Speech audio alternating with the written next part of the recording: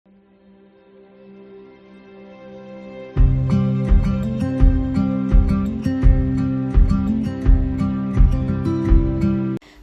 ಎಲ್ಲೋ ಎಲ್ರಿಗೂ ಮಲ್ನಾಡ್ ಅಡುಗೆ ಚಾನಲ್ಗೆ ಸ್ವಾಗತ. ಇವತ್ತು ನಾನು ಮೀನು ಫ್ರೈ ಹೇಗೆ ಮಾಡೋದು ಅಂತ ಹೇಳ್ಕೊಡ್ತಾ ಇದ್ದೀನಿ.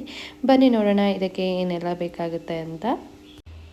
ಇಲ್ಲಿ ನಾನು ಒಂದು ಬೌಲ್ ಅಚ್ಚ ಖಾರದ ಪುಡಿ, ಸ್ವಲ್ಪ ಅರಿಶಿಣ, ಎಣ್ಣೆ, ಶುಂಠಿ ಬೆಳ್ಳುಳ್ಳಿ ಪೇಸ್ಟ್, ಇದನ್ನು ನಾನು ಮನೆಯಲ್ಲೇ ಮಾಡ್ಕೊಂಡಿರೋದು, ಮತ್ತು ರುಚಿಗೆ ಎಷ್ಟು ಬೇಕೋ ಅಷ್ಟು ಉಪ್ಪು, ಮತ್ತು ಸ್ವಲ್ಪ ಹುಣಸೆ ಹಣ್ಣನ್ನು ನೆನೆಸಿ ಇಟ್ಟಿದ್ದೀನಿ, ಮತ್ತು ಅರ್ಧ kg ಕಟ್ಲಾ ಮೀನನ್ನು ತಗೊಂಡಿದ್ದೀನಿ. ಇದನ್ನು ಚೆನ್ನಾಗಿ ವಾಶ್ ಮಾಡ್ಕೊಂಡು ಇಟ್ಕೊಂಡಿದ್ದೀನಿ. ನಾನು ಇವಾಗ ಒಂದು ಜಾರಿಗೆ 4 ಸ್ಪೂನ್ ಆಗುವಷ್ಟು ಅಚ್ಚ ಖಾರದ ಪುಡಿನ ಹಾಕ್ಕೊಳ್ತಾ ಇದ್ದೀನಿ. ನೀವು ಖಾರ ಜಾಸ್ತಿ ತಿನ್ನೋರಾದರೆ ಇನ್ನೊಂದು ಸ್ಪೂನ್ ಹಾಕೋಬೋದು, ತೊಂದರೆ ಇಲ್ಲ. ಇದು ಖಾರದ ಪುಡಿನ ಹಾಕಿ ಆದಮೇಲೆ ನಾನು ಇದಕ್ಕೆ ಅರ್ಧ ಸ್ಪೂನ್ ಆಗುವಷ್ಟು ಅರಿಶಿಣನ ಹಾಕ್ಕೊಳ್ತಾ ಇದ್ದೀನಿ. ಇವಾಗ ಅರ್ಧದಿಂದ 1 ಚಮಚ ಆಗುವಷ್ಟು ಶುಂಠಿ ಬೆಳ್ಳುಳ್ಳಿ ಪೇಸ್ಟ್ನ ಹಾಕ್ಕೊಳ್ತಾ ಇದ್ದೀನಿ. ಇದು ನಾನು ಮನೆಯಲ್ಲೇ ಮಾಡ್ಕೊಂಡಿರ್ತೀನಿ.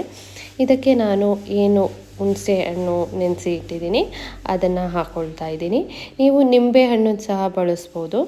ಒಂದು ಚಿಕ್ಕ ನಿಂಬೆಹಣ್ಣ ಗಾತ್ರದಲ್ಲಿ ನೀವು ಹುಣಸೆ ಹಣ್ಣನ್ನು ಹಾಕ್ಕೋಬೇಕಾಗತ್ತೆ. ಅದನ್ನು ಹಾಕಿದ ಆದಮೇಲೆ ನೀವು ರುಚಿಗೆ ಎಷ್ಟು ಬೇಕೋ ಅಷ್ಟು ಉಪ್ಪನ್ನು ಹಾಕ್ಕೊಂಡು ಅದಕ್ಕೆ ಸ್ವಲ್ಪ ನೀರನ್ನು ಮಿಕ್ಸ್ ಮಾಡ್ಕೊಳ್ಳಿ. ಎಲ್ಲವನ್ನೂ ಹಾಕಿ ಆದಮೇಲೆ ನೀವು ಗ್ರೈಂಡ್ ಮಾಡ್ಕೊಳ್ಬೇಕಾಗತ್ತೆ.